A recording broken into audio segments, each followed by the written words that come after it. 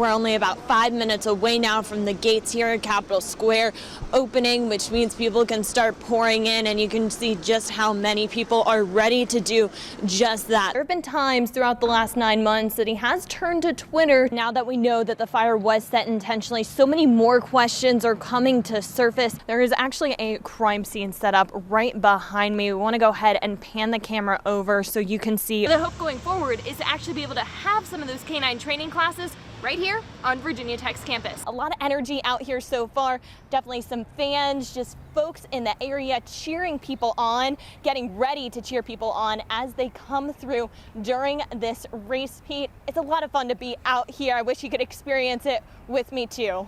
Now on the arrest warrants for both Fridley and Taylor, their home addresses are the same. Yeah, I'm actually on one of those surrounding streets to the hospital right now, Jefferson Street, which is closed. And as you can see over my right shoulder, organizers tell me that this is one of the best weekends that they've had as far as the forecast goes in over 10 years. As I was getting video, Gene, I could definitely feel it. It's cool, comfortable out here.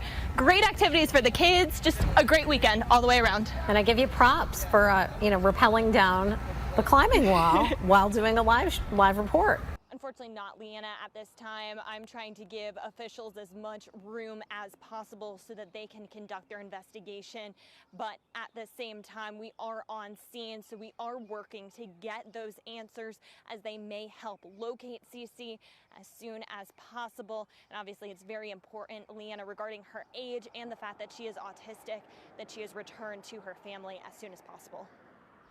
Absolutely. All right, Ashley Boles live out from Roanoke City this morning. The intensity of the explosion broke windows of nearby businesses and woke up folks that live right around the corner 2 miles away. We heard it, everybody came outside and we could see smoke, and we walked over and we looked over across the street and the chicken place was gone. A well-loved restaurant. Yeah, I usually used to go there with my family. We used to go there, I'd say 2 or 3 days out of the week. Reduced to boards, nails, and dirt. Charlotte just had an explosion. Durham just had an explosion. And you never think it'd be right here at home. Steve Malloy lives in an apartment complex walking distance from the KFC. He was one of the first people to see what happened this morning and took this cell phone video. He's not alone. Hundreds of Eden residents have been looking at the damage from the Sheetz parking lot, which sits right across from KFC all day. Yes, I wasn't thinking that the damage would be this bad, but looking at this, it's crazy. KFC corporate released this statement earlier, saying in part, "We are devastated by this incident, but most importantly, we are grateful that all our restaurant team members are safe and no one was injured. And the fact that no one was hurt is the silver lining." Thank goodness, and we are so thankful for that, because I could only imagine if it was at lunchtime or dinner time, the problems that we would have had. Our cause has not been named yet, but Piedmont Gas employees have been out here surveying the gas lines all day to see if this was a gas explosion. In Eden, Ashley Bowles, WDBJ7. I love you. I love you too, but you don't know how much. Yes, I do. We don't know how much words can mean until we can no longer hear them. My nanny was everything. I'm gonna get it together. Julie Parsons saw her grandmother, Helen Norfleet, for the last time on November 20th, 2020. She was 96 years old. According to her death certificate, she died from acute renal failure to thrive, a wound on her foot, and several other causes. But it's the months before Norfleet's passing that stand out the most to Parsons, who visited her grandmother every day at Raleigh Court Health and Rehabilitation Center. Raleigh Court really worked good for us. And then March 2020 hit, March the 13th to be exact, and that was the last time that I was allowed in that facility to see my grandmother. Daily in-person visits happen through a window or a computer screen. Parsons says she slowly watched her nanny's hygiene decline. Her hair would be so greasy it would look wet. At the beginning of September, Parsons found out her grandmother tested positive for COVID-19. She was asymptomatic and was doing well. One day later, Parsons called the facility to check in and was told her grandmother had fallen out of her bed, resulting in this bruising on her face. I was devastated by that because she had bumper pads on her bed that I was told at the time of her fall were not on the bed. Parsons gets a call on October 4th saying her nanny has a wound on 2 of her toes. 3 weeks later, on October 21st, Parsons says she was told the wound had gotten so bad, amputation was necessary. That night, Norfleet was taken to Lewis Gale.